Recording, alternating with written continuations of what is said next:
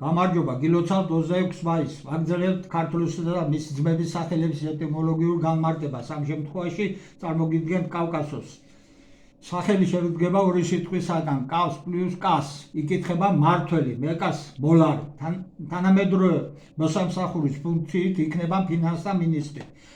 ამას ჩვენ არ უნდა ვაკეთებდეთ, მიმართოთ ქართველ ენათმეცნიერებს, რომლებმაც გააყალბეს ყველაფერი, ისი გაყალბებაც მოასწრეს.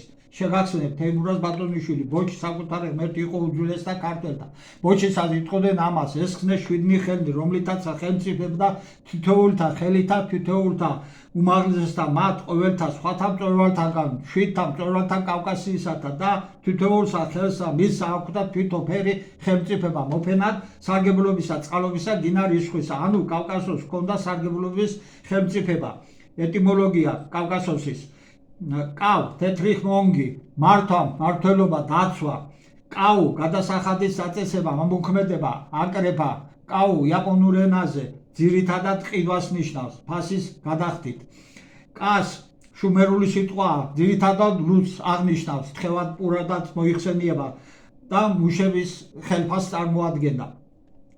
ლუდი ნახეთბოდა სპეციალურ ჭურჭელში. საყურადღებოა ქართული სიტყვა კასრი, კასრი.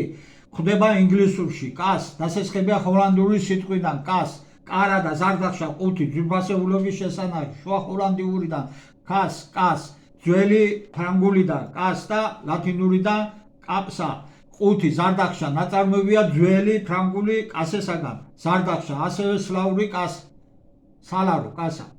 ხდება სებუანოს ენაში. სებუანო არის ავსტრონეზიული ენა, სამხრეთ ფილიპინები. საუბრობს ბისაიას ხალხი და სხვადასხვა ეთნიკური ჯგუფი.